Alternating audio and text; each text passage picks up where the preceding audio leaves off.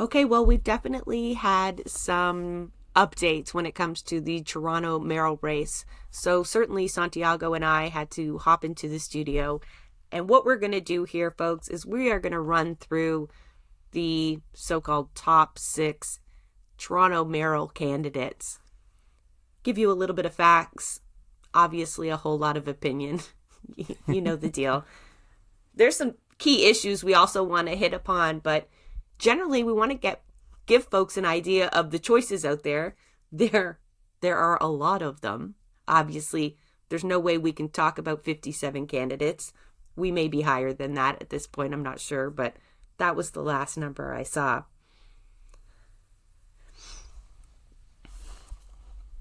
We thought we'd start off by talking about what Santiago calls the Three Stooges. And he's got nicknames, I think, for all of the candidates, don't you? Almost all of them so far. None of them are very good. But don't worry, we're not starting off with the best. And I think you guys will get a feel throughout this episode that we're not really endorsing anyone at all. No. So don't listen to this episode hoping to find out who we're, going to vote for, because we don't really roll that way. You know how we feel about electoral politics, and you guys can just make your own minds up, really. Mark Saunders. We're going to start with the ex-top cop of Toronto. I think he's one of my least favorite candidates. I was horrified when I heard him announce that he would run. Just the idea of a cop running the city after seeing what he did for 5 years as the police chief here. Not a real serious campaign, though, at this point. I mean, he was very worrisome at the beginning, but now I think other frontrunners have started to show, and you take one look at his campaign, and it's really lackluster, to say the least. But yeah, I think it's obvious why we wouldn't want Mark Saunders as mayor. Yeah, I mean, he's obviously like the most right-wing of the bigger candidates in the race, and I don't like from the beginning. I didn't think he was going to do good because he has the problem that conservatives don't actually like him all that much. Well, he ran for them just last year. Yeah, and he didn't do good. No. But like, I mean, conservative voters don't like him all that much. They think that he was weak on crime, ironically enough. That's why when you say he's like the most right wing, I was like, I don't know. I think the next one we're talking about, B Squared, there is challenging him for that, because he's chirping at him all the time about how he wasn't a tough enough cop. Bradley Squared, he is right wing in the sense that he's an opportunist, but I don't think he is as authoritarian at heart as Mark Saunders. I mean, Mark Saunders is a cop. That's so hard to sell to me as a police chief of Toronto's, the $33 million a day police force. No, exactly. And there's just no absence of horrible things that he's done. And as like his short campaign so far has also been horrible. The whole naloxone thing, he's deeply hateful, deeply unlikable. I wasn't particularly worried about him. I'm still not particularly worried about him. And I think one of the themes that is going to come up a lot today for me is going to be, what do these candidates do in the long term if they're not doing well? So it'll be interesting to see, does he stay in the race till the end? Does he drop out and endorse someone? I can't, for me, the most traumatizing political moment for me was when in the Democratic race, when everyone dropped out all at once and endorsed Biden against Bernie. Like, I still have... You can't just bring that up without a trigger warning. No, but like I did say, like, that for me, it was a deeply traumatic moment, and like that's what I'm constantly thinking of as we're talking about these people, because we're gonna, like, spoiler alert, we're gonna talk about the fact that Olivia Chow's in first right now in the polls, but I take no comfort in any of that right now. No, we know better than to trust polls, but your theory holds a lot of water here, Santiago, because one of the points that I wanted to bring up here was both Saunders, well, all your Three Stooges, so Anna Bailão, Brad Bradford, and Mark Saunders are real progressive conservative insiders. So they the teams that they've built around them are, you know, again, we're kind of like moving through Brad Bradford, but his chief of staff, or one of the top folks on his campaign, is Leche, the education minister's former chief of staff. Anna Bailão, she hired Nick Cuvalis to run her campaign, and that is a real Ford's man. And all of them have run for the Conservative Party, or you've got Nepo baby Brad, where his mother is a conservative. No, so she's a liberal. She's a liberal. And actually, I found out... you better edit that out. It's reverse nepotism, too. She became an MP after he was a city councillor. Okay, so maybe I have to retract the Nepo baby, but judging by like their teams, I would not put anything beyond kind of both of them, Brad and Mark, dropping out and endorsing Anna. Because we know how powerful Ford Nation is in this province. Not only that, you've got developers, the real estate, we've got capital lining up. They've got a real vested interest in this race. It surprises me that there are 3 candidates running somewhat serious campaigns that are all considered on the right. Like, they must realize that they are dividing their vote there. Not very effectively, though, because neither Mark or Brad have very good poll numbers.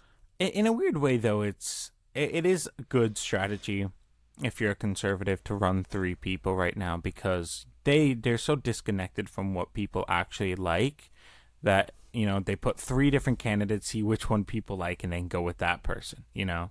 Because it's clear that, like, initially they had bet quite a bit on Brad Bradford.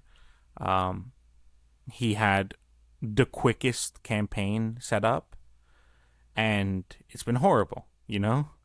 So yeah, I was on everyone's website this morning, and some of them are just, you can just tell they're not taking anything all that seriously. Like, this is a huge race for Canada's biggest city with a ginormous budget. And none of these campaigns really have impressed me all that much. But back to Saunders, folks needed more reason to not vote for this man. Is he was on Ford's COVID response team, as well as being a special advisor on this whole revitalization of Ontario place, which we know is, they've done them dirty. So this guy is on the inside for all the wrong reasons. And yeah, I hope folks dismiss them. But then again, do you secretly hope that Brad and Mark draw some votes from Anna? Because we're going to get to her. She's clearly the biggest threat to the city. I don't know how much votes they're going to draw if, at the rate they're going. I don't see Saunders' campaign getting any bigger than it is now. I honestly, I think he's just deeply unpopular. Yeah, I think he has to read the room at this point. Has he ever won an elected position? Because no, his first foray into politics was trying to challenge for Kathleen Wynne's seat. So obviously a liberal stronghold there, and he lost. But it looks like the PCs kept him under their wing to a degree, because they gave them these special appointments afterwards. Yeah, he's not proven to be a likable person. I'm not worried about him. I don't think you're supposed to like the police chief. Like, look at Wiggum. Yeah, but you know, like, there are some police chiefs that at least have like some folksy charm that people might fall for. You know what I mean? I hope not. Yeah, I know you didn't want to spend much time on Brad, but he's done something that's really pissed me off. So I wanted to make sure we talked about it. So forget Mark. No one's voting for Mark. Bad Bradford, Bradford squared. We've got lots of names for him. But that fucker was partying with white supremacists and proudly boasting about it just the other day. You know, he's at the Horseshoe Tavern checking out, I'm not even going to mention the band's name, but Real Friends of Proud Boys, misogynistic band, and that's a dog whistle, you know what I mean? You know, when you're on a campaign, everything you do is going to be scrutinized. Everyone you post, at this point, everyone knows that whoever you pose with pictures with is going to be torn down. So this is very selective, you know, to stand with folks like this, send out those flares. And so that's why I was like, I don't know, like, Brad maybe not Maybe he's not the full right-wing candidate, but he wants to be. He seems to be dog whistling at as many folks as he can, while Anna is trying to play that middle road, right? So he seems to be relishing in this bad guy kind of persona. And Lord knows that gains traction these days when it comes to elections. But yeah, this guy is dirt. You take a look at his campaign, it's about bail compliance, about more cops, it's about keeping taxes below inflation, which is going to be impossible. No, this guy is just, I think he's running for really wrong reasons. He knows he can't win. It's like he's building a career on being a far-right politician. And it really shows you, the whole two-faced message, how accurate it is, because he ran as a progressive last time when he was running for city council. He was talking about defunding the police, and he sounded like a progressive, And then he gets in, he flops on that. He has no real convictions. He's an absolute opportunist. And he's not good at what he does, to be honest. I mean, he is just unlikable. He's not, his campaign from the beginning has been the most, has had the most production value. Let me put it that way. He's had, well-produced videos, all of the things that you would imagine go into a campaign in today's age when you have a professional team behind it. But he just has not been getting through to people at all.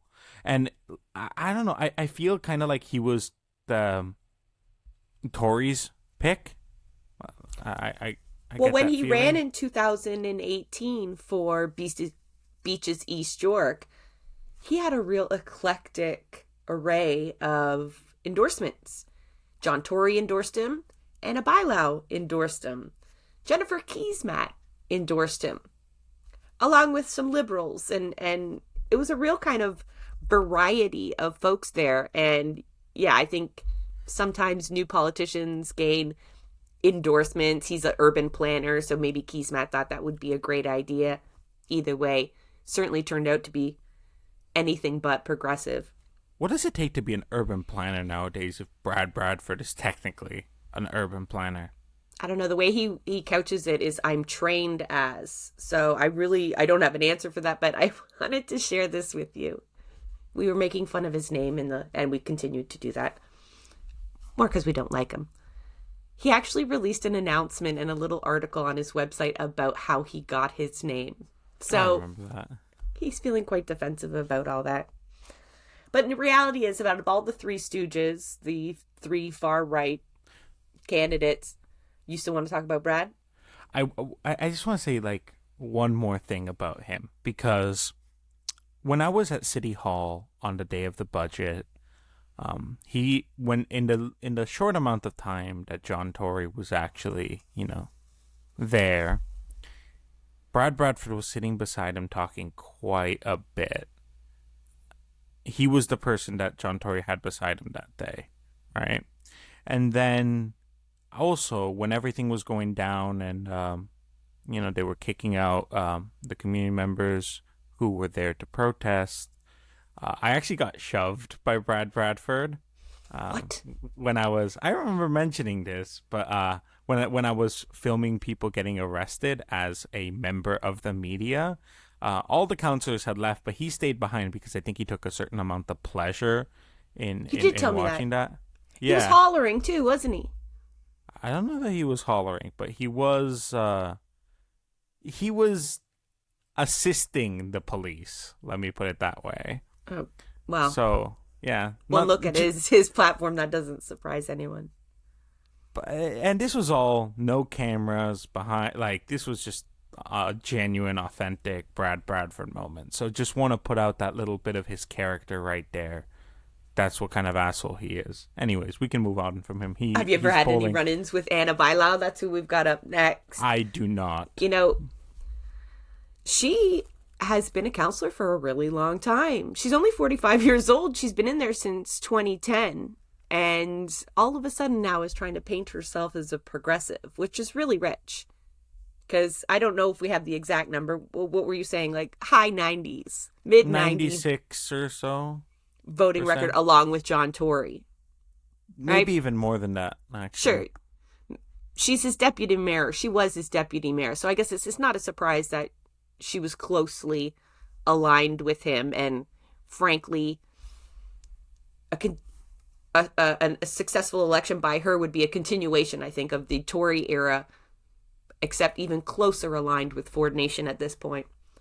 She is completely backed by Premier Ford, the developers that help get Ford to power, and likely her. It'd be funny, we should have looked back to how many of her donations came directly from developers in that Acorn report we talked about in one of our episodes. Just a second. Yeah, so like I said, she's got Nick Kouvalis working on our team, and I know like he's a political genius, and I get that from a lot of people, but as soon as she hired him, I thought it would be clear to folks that this is Ford Nation reincarnate. And one of the lines on her website had me particularly concerned. Because if you go through her website, her housing plan sounds pretty good. Like, I don't trust her at all. But, like, if you were somebody sitting down and reading it, it's not bad. It's not terrible at all. And when she gets to the end, she says something there that only she would be able to secure money from the provincial and federal governments. And that's a strange thing to say, because one would ask, why? Why you? But you look at her endorsements, and it seems like she's implying, I am close with Ford. I am the only way Toronto will get what they need. Because we posed that question to Chloe when we had her on. You know, how are you going to go to Ford? How are you going to get funding? You are beholden to a province that is hostile to the people of Toronto. How are you going to be successful there, you know? And it's like Anna saying, because I'm chummy with them. This is your only choice. And, I mean, that's a major selling point. It's awful, though.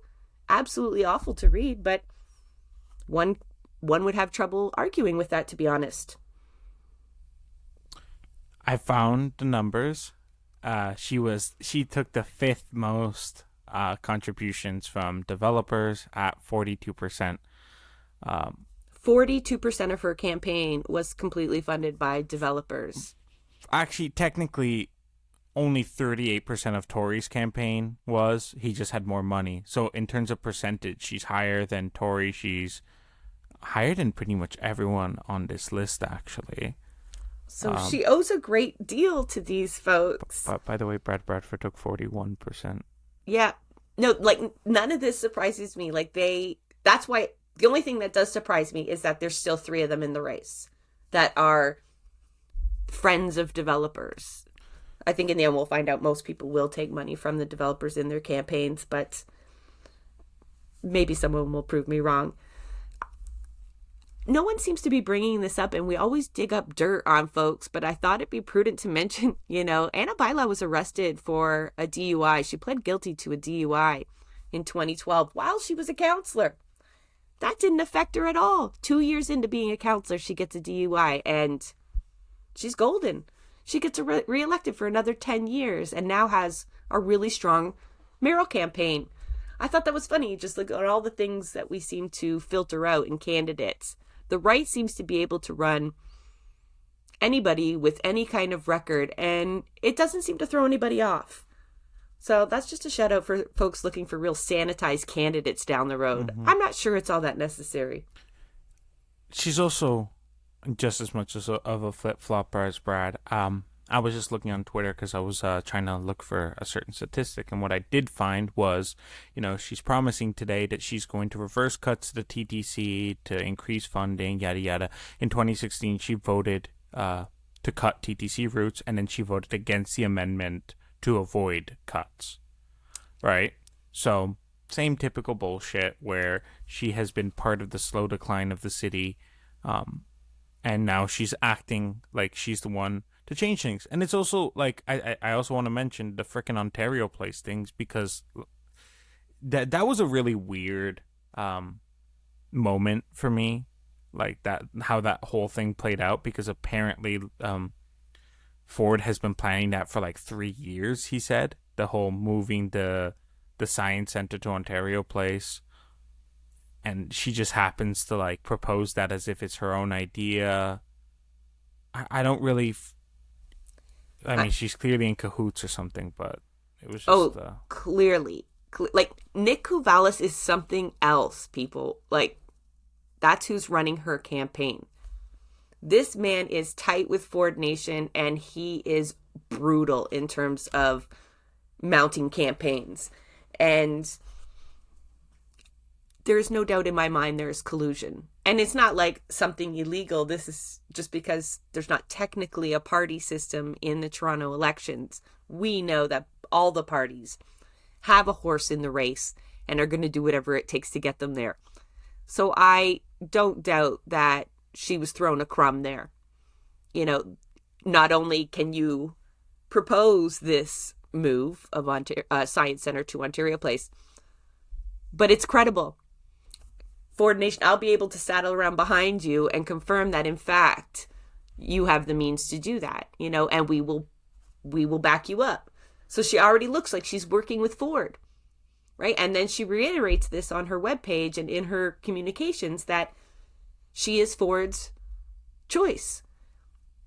You know, she's already kind of playing that role with him. And that's super troubling. Like, the two-faced nature of some of these councillors that are running and have been in there for years and years and years. How do you get those voting records up and right next to those platforms? Because out of all those, the right-wing candidates, her platform is well-crafted in that it does make her appear somewhat progressive. She uses very careful language, but not enough that she's still not going to appeal to the right people. And all she has to do is say she's Ford's choice, and just like Olivia, she doesn't even need a platform all of a sudden.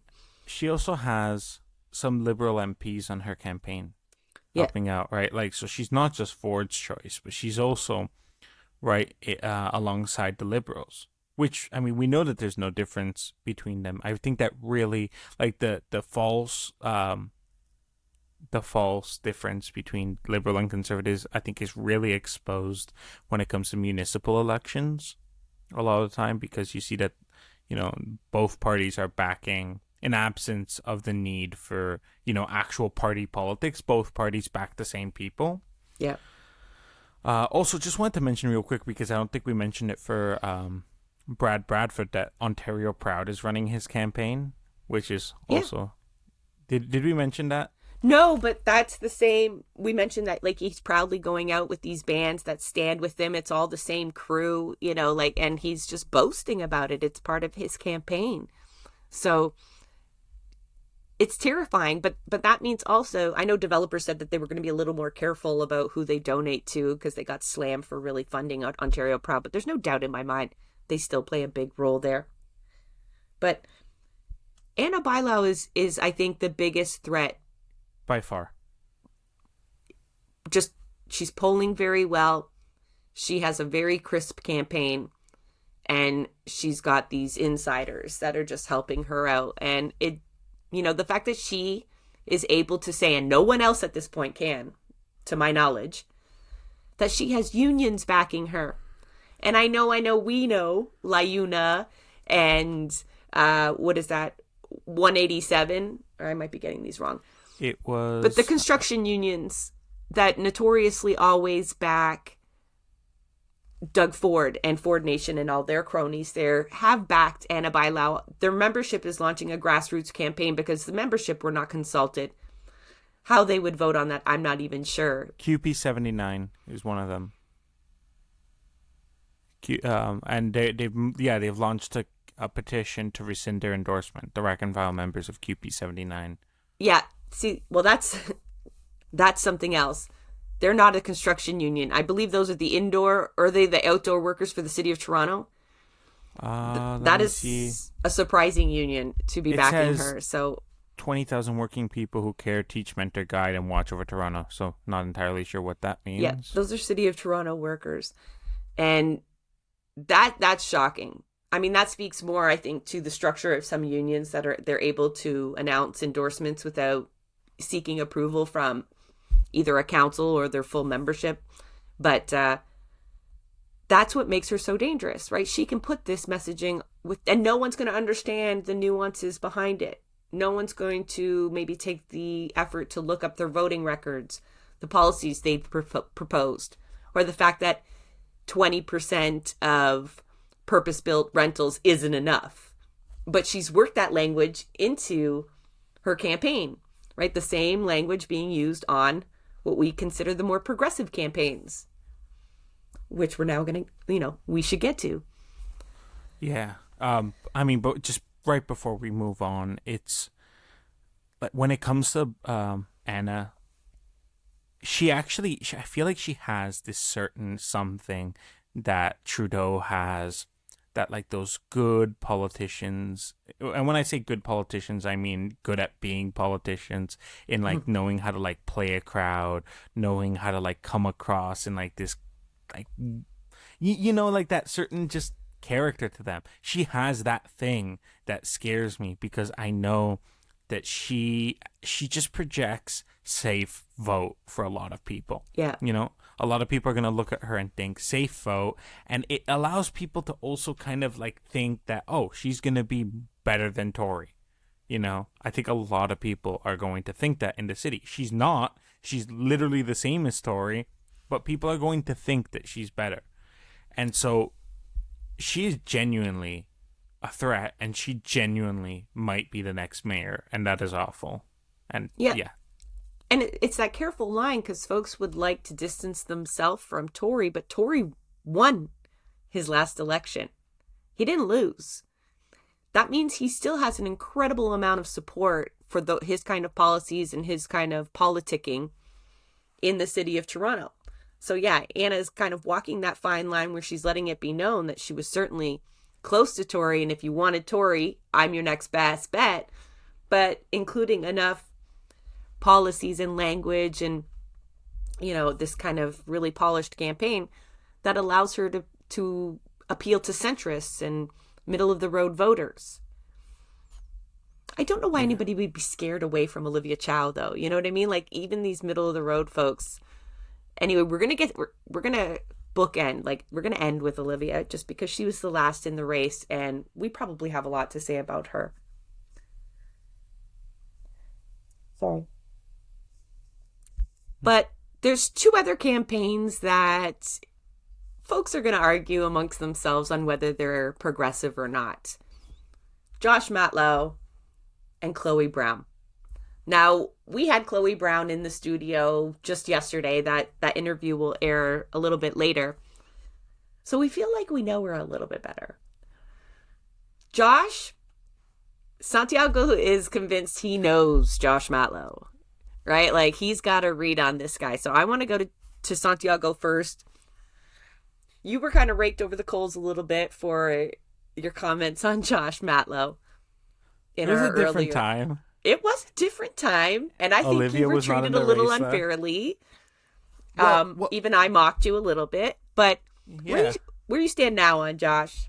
Well, what I was saying at the time, and this was when Olivia Chow, when I thought she was not going to be in the race, that Josh Matlow is probably the one out of the people who might win that would be the least destructive. That's still a little bit true, but I mean, he's had a solid campaign. He's saying a lot of the right stuff. Whether or not that stuff is directly plagiarized from cut and paste from Guillermo Peñalosa's campaign is, I hate that's out there. But he is saying the right things. He's still a political outsider in the sense that he doesn't have the backing of anybody. He's kind of doing this whole thing on his own and being kind of successful at it. He's still polling really high even after Olivia Chow entered the race. I mean, he's in third, only a couple of points behind Anna. And, I think that, I honestly think that there's a chance that he might drop out and endorse Olivia Chow. I think that would probably be one of the better things that could happen. I mean, that's what Peñalosa did. Shout out to somebody who is not... That's right. I forgot about that. Yeah, shout out to someone who's not even in the race anymore. I actually interviewed him the very weekend when he announced that he was running again. And he told me, because when I interviewed him actually last time... You were his first interview. Yeah, when I interviewed him last time he ran for mayor, he told me if he loses, he's not running again. Now he was running again, and he told me, circumstances changed, but if there's somebody that I think would do a better job than me, I'm out of here. And immediately after Olivia Chow announced her campaign, he dropped out. So I just want to give a little shout out to him for actually being honest to his word, which is kind of rare. Doesn't happen in politics. You know what I didn't like about that moment, though? And I don't want to, because you're right. It was good on Gil to do that. There's no sense in running to make a name for yourself if there's another person that has a better campaign behind them, more experience, and will advocate for the same policies and more, Certainly Olivia's more capable than Gil. But he kind of confused his followers that morning. He was like, hey, I'm going to go out with Christian Wong Tam. We're going to hit Toronto City Hall. Nothing like I have an announcement. It was like he was campaigning. So Twitter went in a frenzy.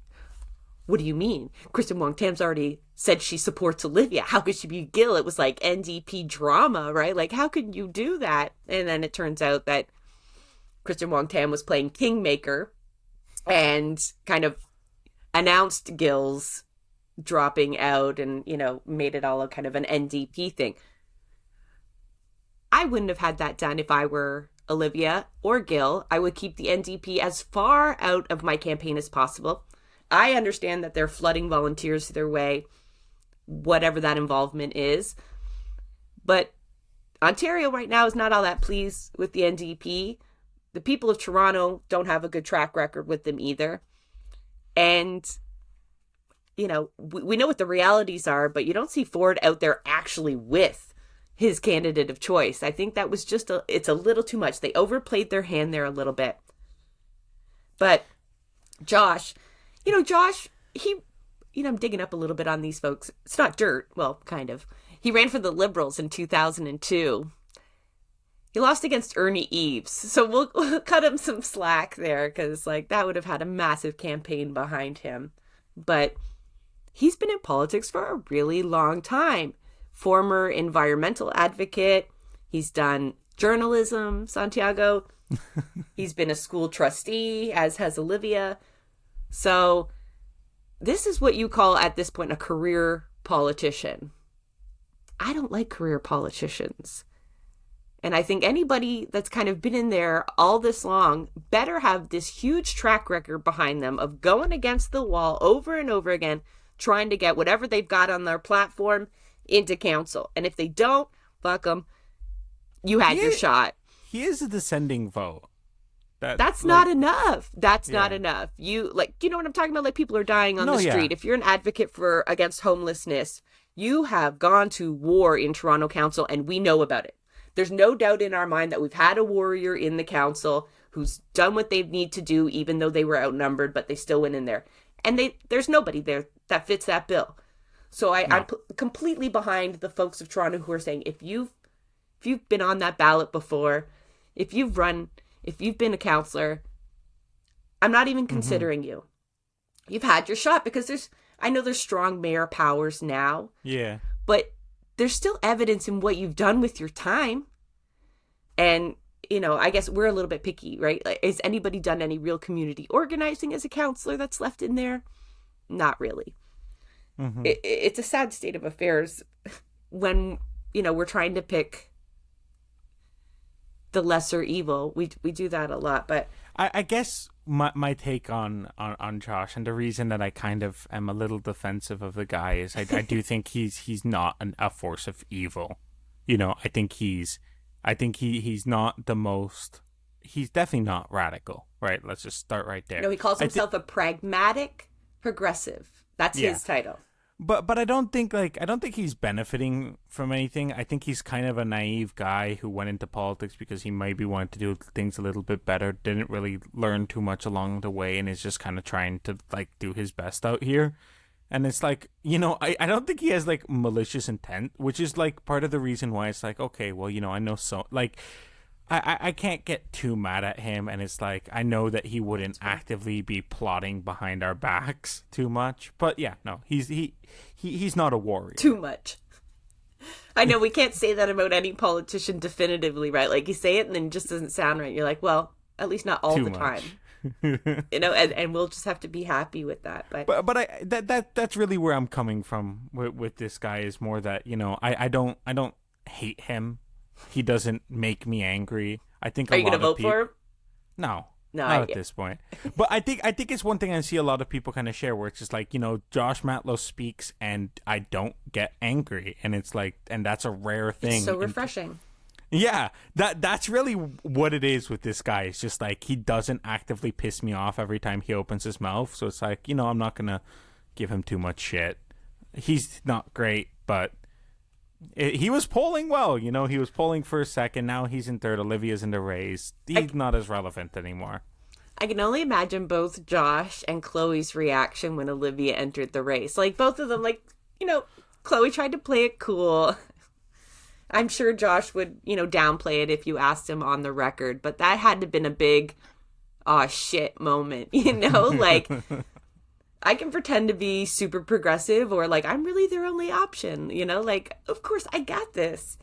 And, same with Chloe, she presented like as a bit of the progressive option. We'll get into her campaign in a second, but that must have been a real bomb. I can only imagine campaign managers having to completely shift their campaigns to a degree. Or maybe you've got Matlow's considering dropping out. I can't say I've seen their campaign ramp up since she's come in, and that's what you would expect, right? When a real contestant comes in that threatens your vote share, you would think you'd up your game a little bit. I've only seen that from Chloe, right? Trying to present as an alternate option there for progressives. Josh seems to be a little bit of coasting at this point, but that kind of fits your description of him just kind of wanting to do good and not really being a warrior, because that's really what you need both in this race and for the city of Toronto at this point, right? You'll be going up against a premier that just keeps wanting to offload more costs to you without giving you any more money, and a federal government that has no time for the cities, right? They don't think they play a big role, and the amount of funding that they dole out is minimal at best. So yeah, you need somebody that's willing to go to the wall. Chloe. We talked to Chloe. You talked to her. It sounds like she is willing to go to the wall. But, spoiler alert, I asked her, how would you then go up against Premier Ford? And I'll tell you what I wanted her answer to be, right? Because she had talked about taking to the streets as a necessity to change. The politicians were generally corrupt and not worth going to hat in hand. And I wanted her answer to be that. Be like, I would be fierce. I would stop business. I would use some sort of leverage as mayor to let the premier know we mean business. We will withdraw whatever we need to make it work. Like, I don't know what those are, but hopefully someone running for mayor has those ideas, have worked at those solutions. Her answer disappointed me, right? It was, I'll have a better business plan than anyone has ever had, and they would be silly to not give me the money for the programs that I'm suggesting. A bit of a naivety there. I feel bad saying that because I was excited she did come on the show, and but there are systems at play, austerity measures that need to be maintained, and it's not simply going with a good business plan to get progressive policies in the city of Toronto, right? But she did have that fire, right? Like, her campaign does have that kind of community feel. It feels like a grassroots campaign, which I am looking for, right? That's why we called her into the studio. It really was the only campaign that was grassroots. Olivia's is shaping up that way, but she was not in the game as of yet. And really still isn't. There's no platform. But what are your impressions of Chloe? Yeah, I think you summed it up. Oh no. For me quite a lot. I am that's me being cautious saying that, in the sense that, like, I my instinct on this is I really don't want to be too harsh. Because also, like, I think her heart's in the right place. I think, she's running as good of a campaign as really she can in the position where she is. I think it's the kind of thing that needs to happen. You need those community voices. I think she represents a community that isn't being represented, but yeah, I think there's just very crucial elements that are missing, and that's okay, like it doesn't have to be that every campaign is perfect and flawless, because I don't really think she has expectations that she's going to win, right? No, she's realistic in that. And I would say she does take her campaign seriously, though. She does. She is on a mission to get that narrative out there, to have discussions. She described it as... Give the candidate some shit. Yeah, like she's fiery, right? She knows that the city's been run into the ground by politicians for years. She's been on the front lines there. She's worked at City Hall. She's a policy wonk, which I love that. All us nerds, us leftist nerds, love policy wonks, right? She writes policy as her job. Is that enough? No, it's not going to be enough to win this race. But I'm still impressed with her campaign. The way that they're crafting, she's working joy into her campaign. She mentioned concerts. She mentioned, creating these third spaces that we crave so much, rather than just kind of going to what was already there and doing your kind of typical stumping. She's got a completely different approach to her campaign. I'd say her intuition is just solid with those kinds of things. Yeah. I think that she has because I don't think she's trained or is very familiar with a lot of like the theories behind this all, but I think she just finds the right answer to a lot of things like that. I think she has a feeling for what is important, and honestly, she's very young. I think that regardless of what happens here, there's she could do some really cool stuff in the future. I think that there's a lot of potential for her to do a lot of really good stuff. Yeah, I think even she would admit she'd be lost. Not lost as in she wouldn't know what to do in mayor, but the skills that she has and that mission that she seems to have would be dampened, would be lost a little bit. Because you'll hear in the interview that we do with her, she's got big ideas, not just the city of Toronto. And I think when you talk about her intuition, that speaks to that conversation that we had earlier. I don't know if it's recorded or not, but where we know what's best. We don't always define it as something very political, but if you take people and show them dire situations, they want out of them. They don't want people living in them. They understand that better solutions are possible, and a lot of people can even envision better solutions without wrapping themselves up in political theory. But if you're going up against systems of oppression and you're running major campaigns, there's this level of politicking that unfortunately is involved. And we want partisans out of politics. We talk about this all the time, but for some reason it didn't sit good with me. She didn't define herself as being even political. Mm-hmm. But I think a lot of people have partisanship and politics mixed up. They hate politics. They mean they hate partisanship. When they say they're not political, it means they don't support any of the parties, because everything you do and think is political, right? But either way, we definitely wanted to mention Chloe's campaign, not only because she took the time to come on the interview, but because she has drawn a lot of grassroots organizers, socialists, progressives, and others to her campaign. And when she ran last time round, she did come third with a pretty small margin.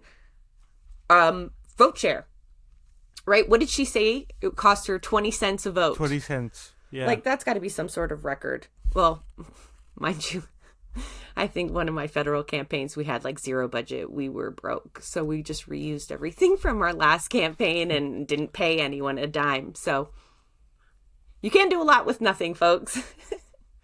But we'd be remiss if we didn't land on Olivia at this point, because the last time we talked, Olivia wasn't in the race. I said originally Olivia won't run. I said that too. Yeah, and I thought she was happy where she was. It was kind of late in the game. But she announced, I think like April 17th, Olivia has, I don't want to start off with my negative critique, Santiago, so I'm going to start off with some facts. For folks who are maybe of the younger generation, like Olivia Chow was a city councillor for some time. In my writing, actually. In your writing. And she was, this was 1991. Were you born? No. Okay.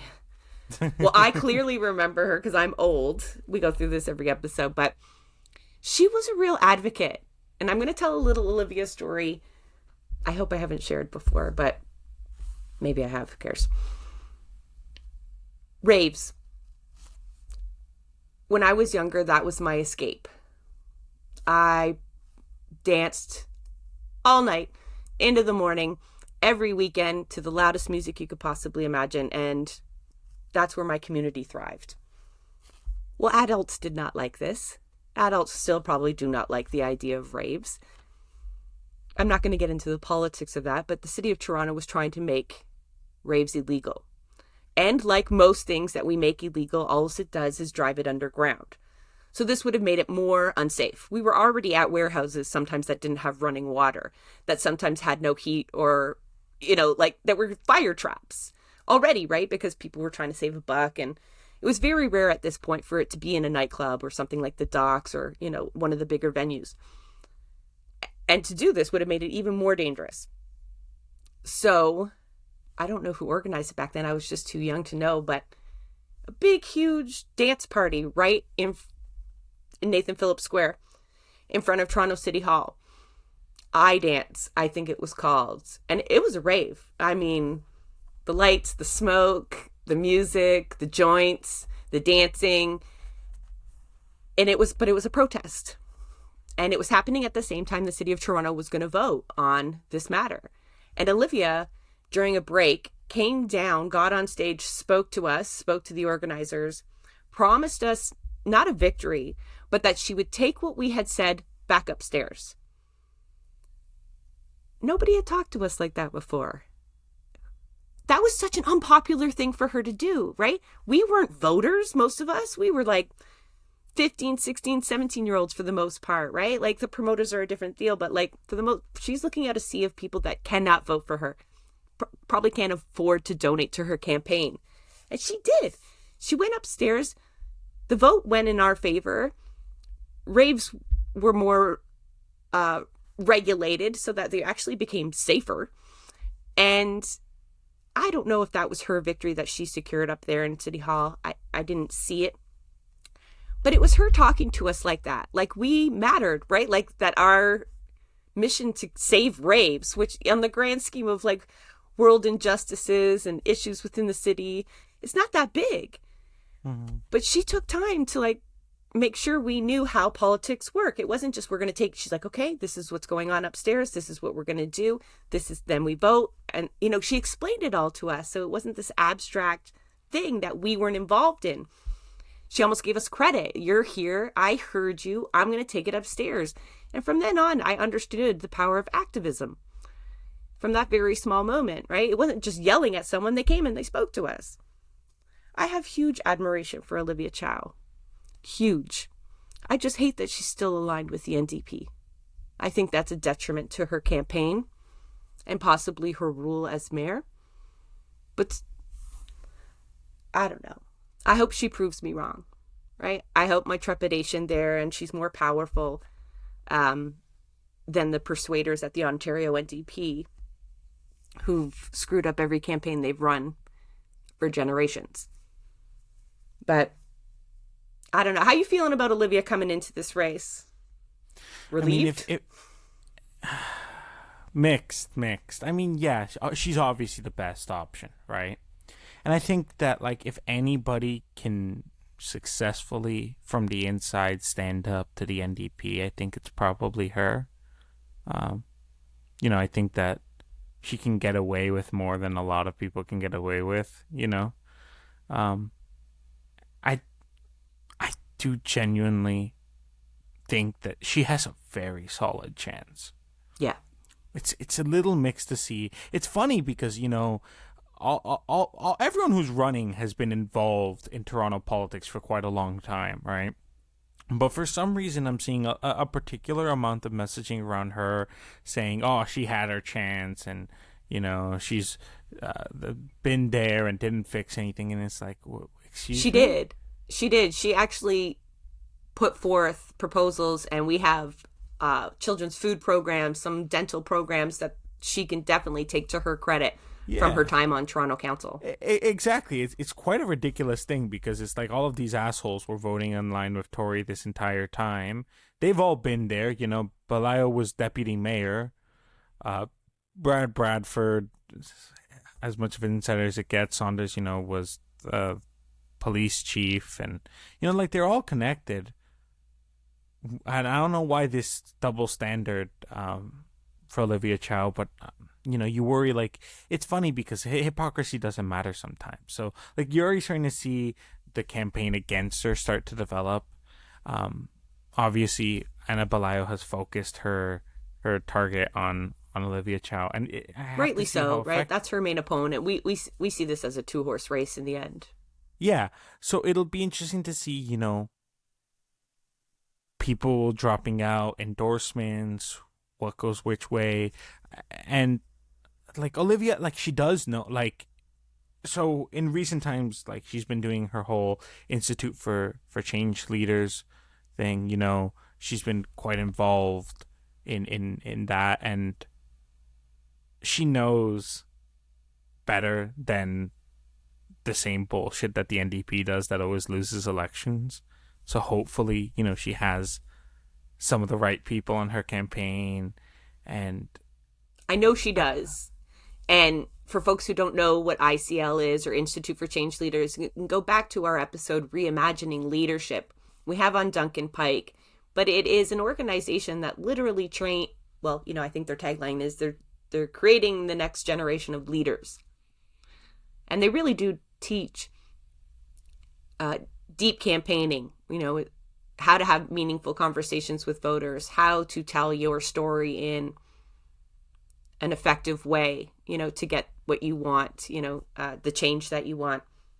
So if she can apply any of that, and I'm sure her team has built up Progress Toronto and all kinds of folks, but with all of those people working on her campaign and all of her experience that she has, the fact that there is no platform up on her website is disrespectful to voters.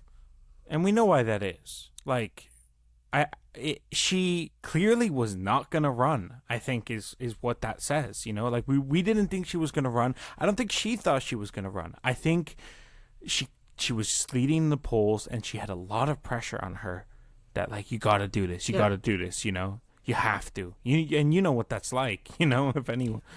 But how long does it take, right? She delayed her announcement by 2 weeks, saying she had to clean up from her job. But that's absolute garbage. That 2 weeks was definitely spent preparing for the campaign. Anybody would be foolish not to do that, use that time. And It's been 3 weeks since she's announced. She's surrounded by activists within the city of Toronto who have intimate knowledge of exactly what the city needs. She lives in the city of Toronto. She's been a city councillor. The city deserves somebody that knows, that has a vision, right? And the longer they take to announce details of their platform, the less likely I am to support that campaign, because I don't think anybody is allowed to run on name recognition. That isn't fair. That's not going to engage voters. That's what turns people away completely. There's nothing meaningful in her campaign so far, right? Like, Chloe has all of these ideas out there, busting her ass, telling these ideas, and she's standing next to people who are just saying their name and their previous experiences. That's not fair. That's not fair. I mean, I looked at her housing plan there is a housing announcement on there, but her website looks crisp. She's got good people on her team. There is 3 announcements in her 3-week campaign. One is I'm running for mayor. The other one is when she's out down in Flemington, talking with renters there and kind of hyping around the Science Center move. And then the third one is her housing announcement. That's not enough. And there's no way. I have a feeling we're not going to get a full platform. We have seen this before. We've seen this tactic before where you're polling high now. Maybe you don't need one. Maybe you don't need to make promises to voters that you can't keep. Because even in some of the ideas that she has in her housing plan, she uses language like, I will explore. You have strong mayor powers. You don't need to explore much at this point, right? She's talking about the right of refusal. I'm going to share a bit of her housing plan because it's good. Like, it's decent. It doesn't have a whole lot of details, but apparently they are coming in. She breaks it down to 3 things, and it kind of makes sense. Secure more homes, right? So, like, she's got a promise for $100 million and then some to help create community land trusts. So buy private rentals, put them into nonprofit hands. Indigenous housing groups, nonprofit groups, whatever, other existing tenant groups. Her second part of the plan is to keep renters where they are. So folks that already have homes. So it's a really anti-eviction plan, an increase to the rent bank that Acorn Canada was talking about on our earlier show, and other means that just to help folks organize against bad landlords and stop them from getting evicted from where they already are. And then her third idea is something I like, and I haven't seen anybody else propose, is a Toronto Renters Action Committee. She actually wants to create, right, a bit of a tenants union inside the framework of Toronto Council to a degree, to have them create laws around renting and evictions and all the issues that affect them there. Great plan. You see how you can do that? We need her to do that for transportation and all the other things now. Like, there's no more waiting. Because it's not that hard either. It isn't that hard. And I was talking to you yesterday on the phone, and we're talking about how many campaigns like we've been in. And I've thrown some campaigns together really last minute. Right? Like when we ran for president of the NDP, that wasn't our plan. We did not plan all year. It was literally like, who's going to do it because no one's doing it. Right? Same with Chloe going like, okay, like John Tory said he wouldn't run again. Why didn't you all run against him when he ran again? Why'd you let him run that third time? You know, why didn't you run then? Why is Josh running now, not then? You know, when he should have wanted to go up against the Giants. But because we were so fully involved with the party, with the issues, with the people impacted, that it was really easy to put together a platform. Because they were ideas we were already shouting about. Right? So I wanted an activist in the city to run for mayor. Someone who's already been chirping with really good ideas. They're on record having championed for this for a long time. And Olivia's absence doesn't negate it, but the longer she goes without telling us what her vision for Toronto is, makes her seem disconnected.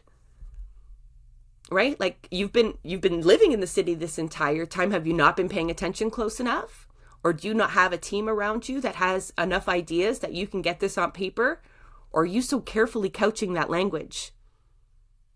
Right? I don't know. But the longer it is, the more upset I get, and the less likely I would suggest to people to support her, because I just don't think that that's the right way to run campaigns. But a lot of people have no problem with it. Like, even you said to me and someone on Twitter, like, you guys aren't alone. We know Olivia. And I gave you an intimate story when we started talking about her. I've been to her house for dinner as a candidate for the NDP. I know a lot more about her and how she works than anybody else. And I do believe if she won mayor that she would work with people. And she would be more movable, even if you didn't like her policies, right? But that doesn't excuse not getting your website up with... There's been no announcements on her website for like 2 weeks. I think we have to clarify, like, we're holding her to a higher standard than we're holding everyone else because she knows better. Because and she she's is that a veteran. Yeah, like, she is an experienced veteran who has been in this game for a long time. She knows how this goes. She knows the game. And that's why, like, there's a bit of harshness coming off here, because, like, she has a genuine shot here. She cannot fuck this up. You know, like if it's her race to lose at this point, and if she loses, that is a tragedy. And we've already been through that. We've like Toronto's already been through that before with her. You know what I mean? We do not want to go through that again. She has to like really do a good job, secure this win. It's there for the taking. Like the city, like right now, let's like just be absolutely clear. Like I'm in downtown Toronto right now. Like I know Toronto. Like we're not happy here. Things are in bad conditions. People are suffering. It is the perfect like it is a different story than when she ran last time. Things are worse than they were back then. If she cannot win right now, that is a failure. It is there for the taking. She needs to pull this off, and that's like there's a frustration. Like I think that there's like a bit of a frustration that I even haven't been expressing that comes from just like having been let down too many times in similar situations, and just really needing this to work out. And like, to be clear, the answer is not electoral politics. There's a lot of work that's going to have to be done. And for goodness sakes, if she wins, that doesn't mean we get the 4 years off and we get to take a break and take it easy. No, we have to do so much more work, because now we actually might be successful about things if we organize. But we're still going to have to organize. We're still going to have to be fighting. But just the point is that, like, within electoral politics, this is as good as it gets in Toronto right now. Like, this is as good